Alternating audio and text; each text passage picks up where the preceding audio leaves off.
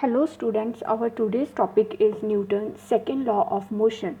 For daily science videos, please subscribe the channel and press the bell icon.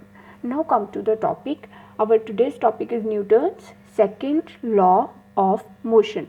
Before discussing the Newton's second law of motion, we should know about the term momentum. As we have already discussed about this term in previous video, that this momentum depends on two terms, that is first term is mass and second term is velocity. So here if one of these terms either mass changes or velocity changes, then what will happen?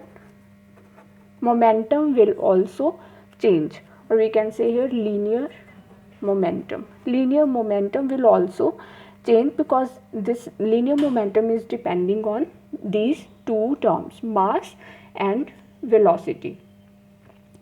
Now before discussing the law, firstly we clear this concept with the help of an example. Let we have a ball, and this ball is lying in the rest position. So its initial velocity, which we denote by u, is 0. But when we will apply some force on this ball, here we are applying a small force, then what will happen? This ball will attain some velocity. Let this ball is attaining velocity of 1 meter per second. So its final velocity will be 1 meter per second. So here some change in velocity is happening. What change? We know change in velocity will be final velocity minus initial velocity, that is 1 minus 0. So here 1 meter per second is the change in the velocity. Now if we have the same ball placing in the rest position, and here we are applying the force but larger than this force, so here we are applying some large force. Now this ball will also come in motion and will attain the velocity of 3 meter per second. So here initial velocity was the same, that is u, because ball was in the rest. But when we apply some force, then what happened? Its final velocity becomes 3 meter per second. So here also there is some change in the velocity. Then what will be the change? Final velocity minus initial velocity, that is 3 minus 0. That is the change in the velocities of 3 meter per second.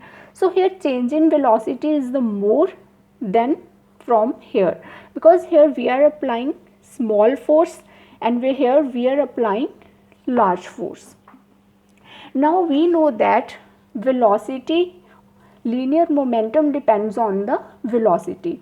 If a velocity is changing, then what will happen? There will be the change in the linear momentum. So here linear momentum is also changing, but linear momentum in first case, change in linear momentum in first case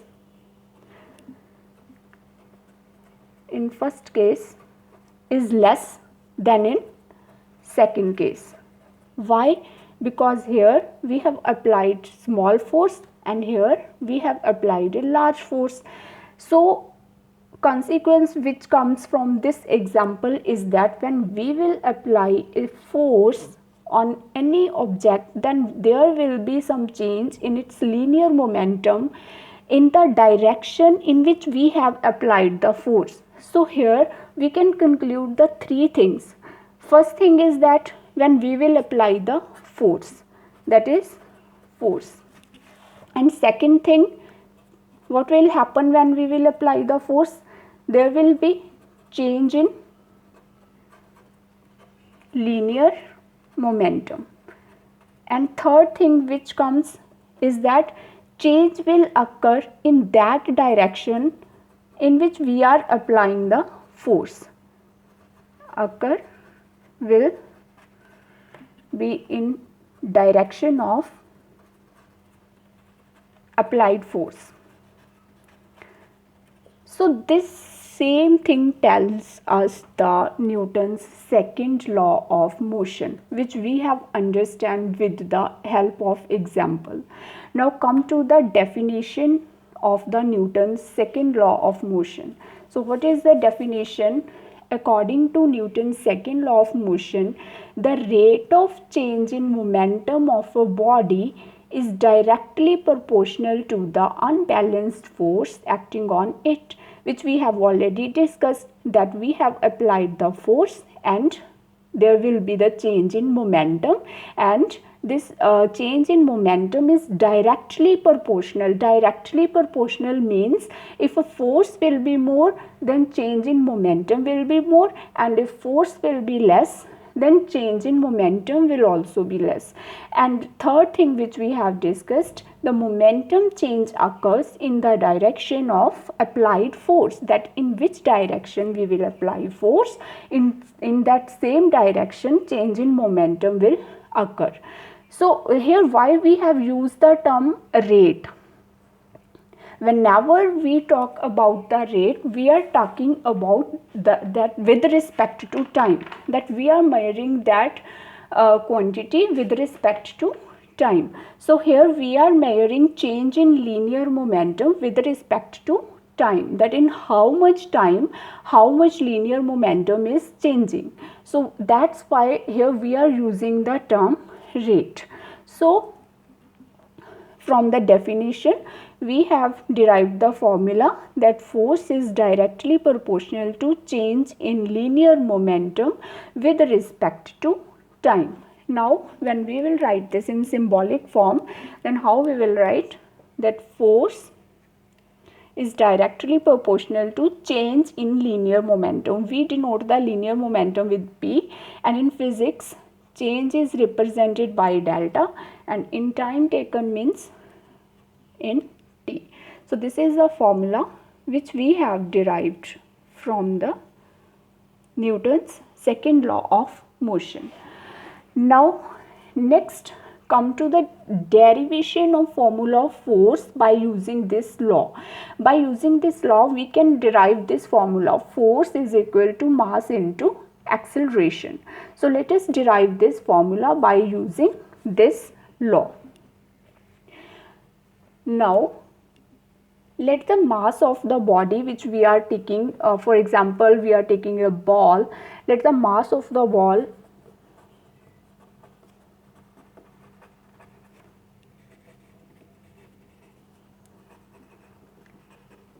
mkg, then its initial velocity, which we have already discussed, that initial velocity is always described with u meter per second, and when we will apply some force, it will attain some velocity and it will be its final velocity. Then what will be its final velocity? We denote always it by v meter per second. Now momentum corresponding to initial velocity, we can say it initial momentum will correspond to the initial velocity. It will be mu. Let us denote this by p1. And final momentum, which will correspond to the final velocity, it will be mv, that will be p2. Now what will be the change in momentum? As we have already discussed, that change in momentum will be final momentum minus initial momentum, and we denote it by delta p. Delta p will be p2 minus p1. So what is the value of p? From this equation we can take mv minus, what is the value of p1? That is initial momentum, this is mu. So from here we can take m common, so we have v minus u, and time taken we are considering, time taken is t second. So here we have derived the equation for delta p, that is the change in linear momentum, and time we have taken t second. So put these both values in this equation 1. So force is directly proportional to delta p, that is change in momentum, which we have derived m v minus u divided by time t. Now what is this term? V minus u upon t. Final velocity minus initial velocity with respect to time, that is rate of change of velocity, that is how much velocity is changing with respect to time. But we know that this is acceleration. Rate of change of velocity, as we know from the definition of acceleration, acceleration is rate of change of velocity. So same is here, v minus u upon t is rate of change of velocity, that is acceleration. So we can put here acceleration. So we have this, force is directly proportional to mass into acceleration. I am again repeating this thing, that directly proportional means if a force is more, then this term will, acceleration will also be more, and if force is less, then it will also be less. Now whenever we have a sign of proportionality, we eliminate this sign by introducing some constant in this. For example, if here we are skipping this and we are putting equal to sign here, so we have to put some constant here. Here I am introducing k. K is the constant which we have introduced when we eliminate, we skip this constant proportionality sign. So here formula will become force is equal to k m a.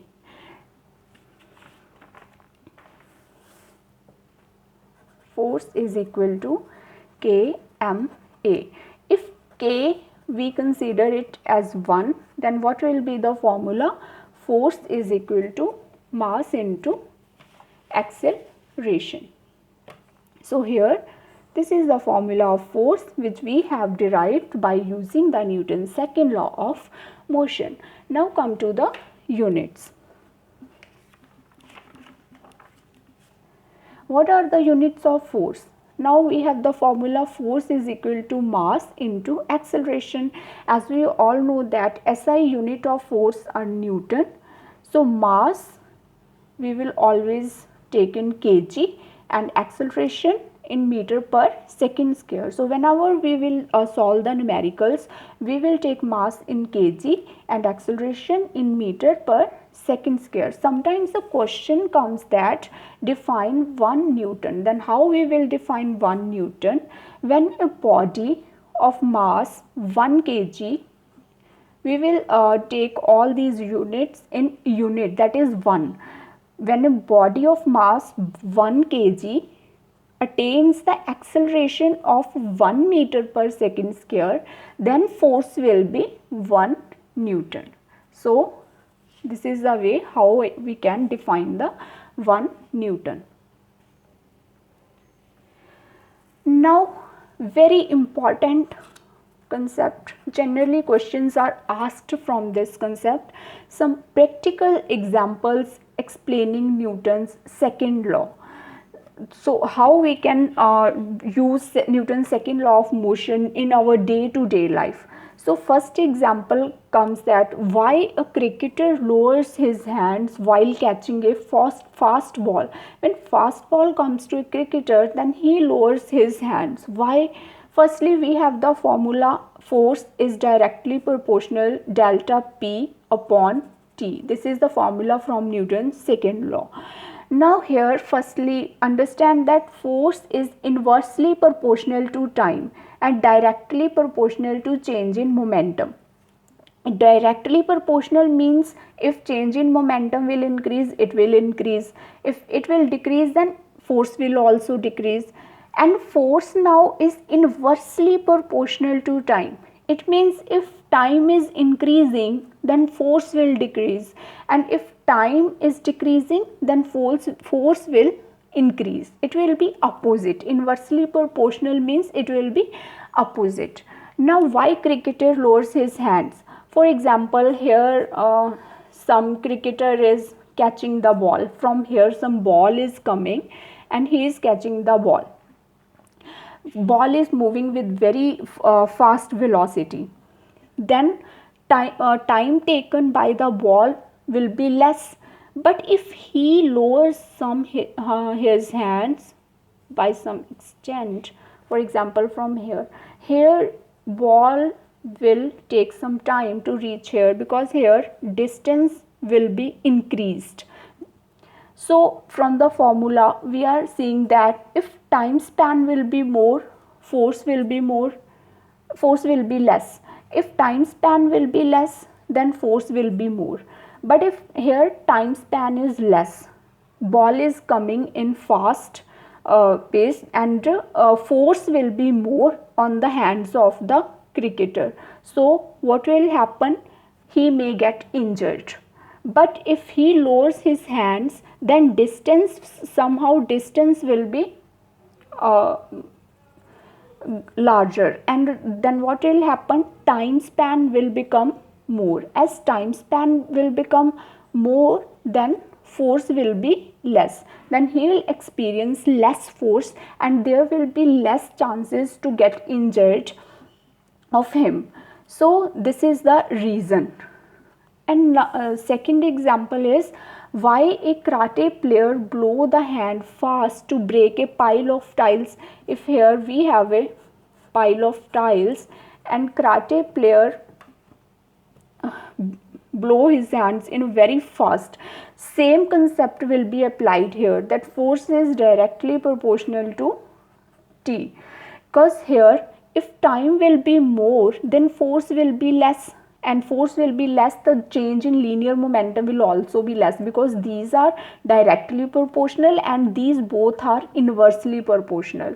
So here when time will be more, force will be less, and with less force this is impossible for him to break this pile, because change in linear momentum will also be less. There will be no change in linear momentum as the force will. But if time is less, then force will be more. If he is blowing his hand fastly, then force will be more.